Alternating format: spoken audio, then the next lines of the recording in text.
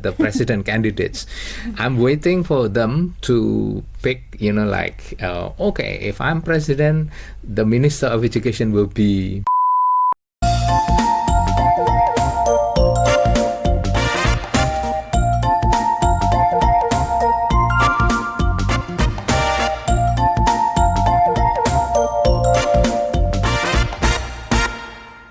Welcome, dear listeners, to Curriculum Talk, discussion that delves into the heart of education, where every lesson shape our minds and pave the way of our future. With us, Rona, Brigita, Moni, and Yuan. We're from MPBI, and we will embark a journey of intellectual exploration with guiding voice of our esteemed lecturer. In this episode, we are placing our academic lens on two crucial aspects: curriculum changes and the intricate dynamics between curriculum and politics. Joining us is the curriculum lecturer who will enlighten us about the curriculum issues in Indonesia. Okay, so first on our agenda is the ever-evolving landscapes of curriculum changes. What drive these shifts in educational paradigms? How do they impact the learning experience for students and the teaching methods for educators? Our lecturer is here to unravel these questions and guide us through the intricacies of pedagogical transformation. But that's not all. Our conversations also extends into the intersections of curriculum and politics. How does political ideology shape the content of what we learn? What role does education play in shaping national narratives and cultural identity? It's a dialogue that goes beyond the classroom and into the corridors of power. Okay, so don't forget to grab your notebooks and get prepared for our exciting talk today.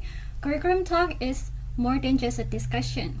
It's a forum for critical discussion which fuel the engine of education.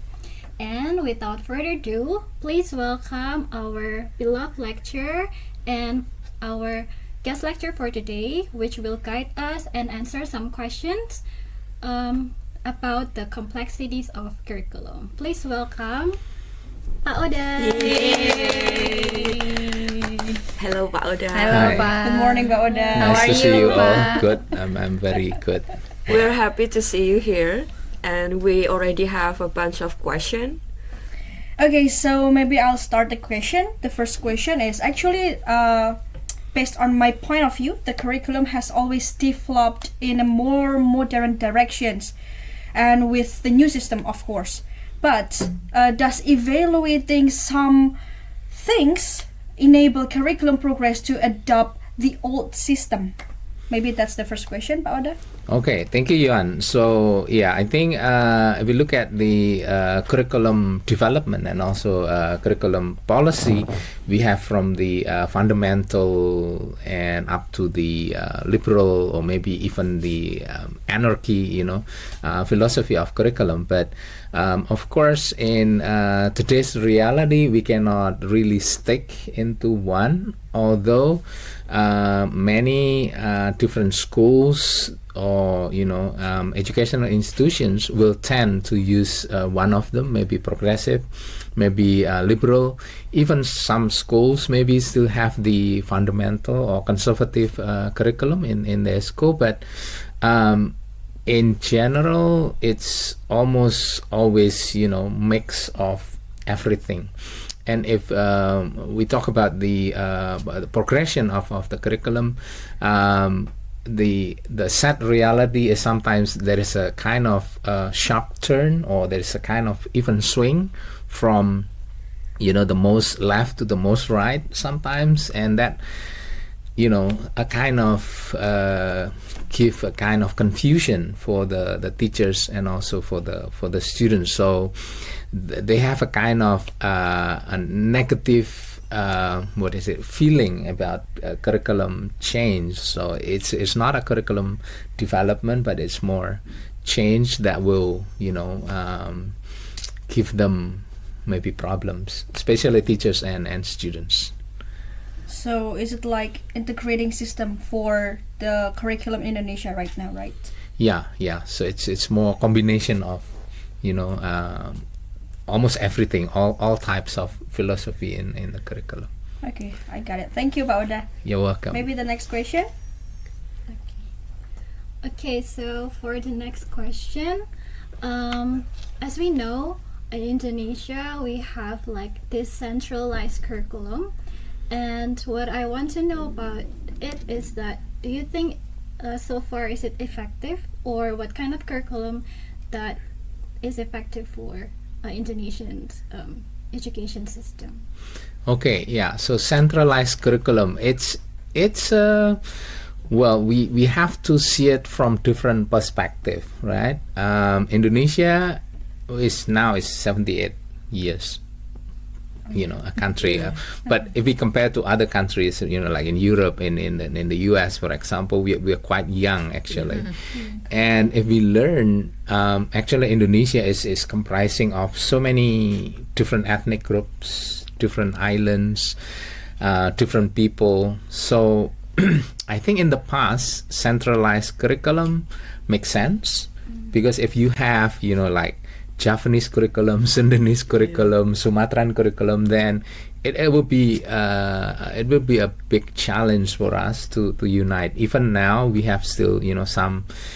We sometimes heard that some parts of Indonesia is like, we want to be independent and things like that. So from that perspective, I think centralized curriculum in the past is really the norm. It's understandable to unite the nation, which actually, consisting of so many differences. I think centralized curriculum is a kind of makes sense. But I think after 78 years, we need to start to think about that.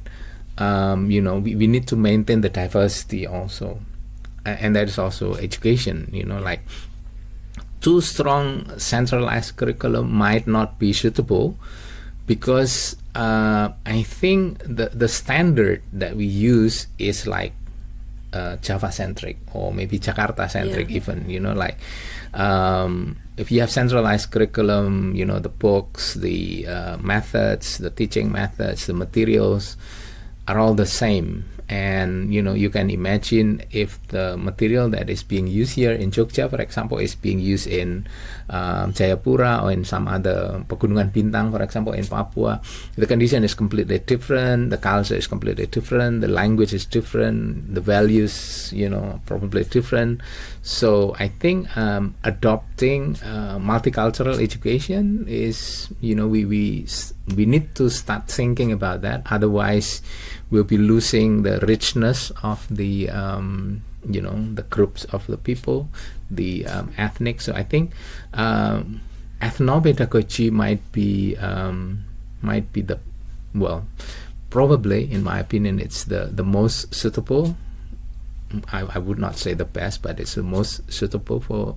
So it's a combination between centralized, but some aspect from the different ethnic groups should be there, should be in the curriculum. So I think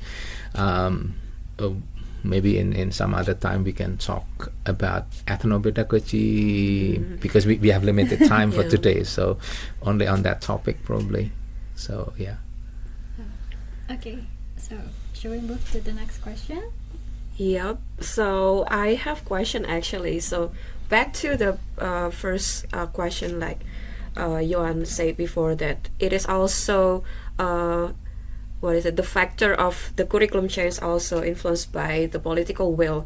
We are so used to the term, the new president, new curriculum. So, and soon in 2024 we will hold an election.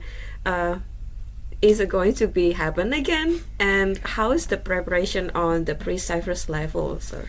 Yeah, so I think that will, that certainly will happen. If you have a new president, then you will have new minister of education, and sometimes the sad part of it is that this is the change, the curriculum change is not based on educational philosophy, but it's more on politics. Who will be the next president, who will be the next the next minister of education. So actually, as an educator, I'm expecting that now we have 3 or 4 candidates, but none of them are talking about who will be the minister of education. They were talking about who will be the vice president, right? The president candidates.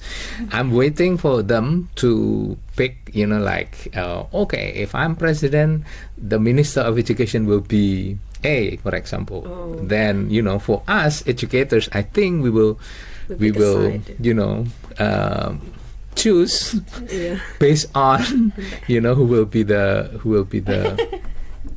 minister of education rather than vice president. I think we're not selecting the president. yeah. So as long as you have good minister of education, then we will vote for you. Something like that. I think most of the teachers might be waiting for that, because as you mentioned, new president, new minister of education, and a new education system. So most of the time, sadly, it is that it's the teachers and the educators and the students are the quote-unquote victim of the change, because sometimes the change is not only a slight change, but it's really a swing, like from the most left to the most right, back and forth. And because of that, also then there's a kind of the teachers are tired of it, and then they don't care about the change, and then the change is only happening on paper, in the documents it's changing, but in the class the teachers, they just don't care. When they enter the class, they shut the door. I don't care what the curriculum is, it's me. So at the end, the teachers are the curriculum, because of the changing that sometimes for them it doesn't really make sense. So I think it is important that in the curriculum we learn that there are at least 3 types of curriculum. Curriculum as document, curriculum as learning experience, and curriculum as hidden curriculum. So most of the time the changing is on paper. So what is happening in the class just does not really change. And then also the belief of the teachers, they sometimes even have like opposite belief, because curriculum we have philosophy within the documents, but sometimes so I think that is one thing that we need to, the government needs to think about that. And maybe also the presidential candidates, I will vote for those who name the next minister of education, probably. Okay, so what about the preparation on Sanata Dharma University for the pre-service teacher? Yeah, that is well, if we talk about on the surface for the pre-service program like us, then the message is to not get lost in the document. We need to understand the belief behind the document, because then if you just look at the document, then you get lost. You do not change sometimes. So most important, I think, is to prepare students with different curriculum philosophy. So when something is coming out, then they will understand, this one actually is this, because sometimes the change is only on the cover. Inside it doesn't really change. If you understand, the philosophy is this, like Curriculum Merdeka, for example, the philosophy is more progressive and liberal, but in reality it's still very, very centralized curriculum. Well, liberal actually is liberal education. It should be not that centralized, not that standardized. Although the national examination is no longer there, but still the practice is very, very standardized. Standardized practice, no freedom at all. For example, although the name is like Merdeka Belajar, it's freedom really to learn, but then in the regulation you have to take this. It worth 20 credits, for example. You have to, you know, when you say you have to do this, you're not allowed to do that, you know, so many, you know, must and no, then I think education is not there, you know. You have to do this. Yeah, it's not really You freedom. cannot, yeah, it's not really education actually. It's more prescription, you know. You know, there is no, there's no freedom there. Okay. About curriculum, like elementary school, we have 6 years, right? But the government is only for like 5 years, 4 years, Yeah. and then you have the new one. Yeah.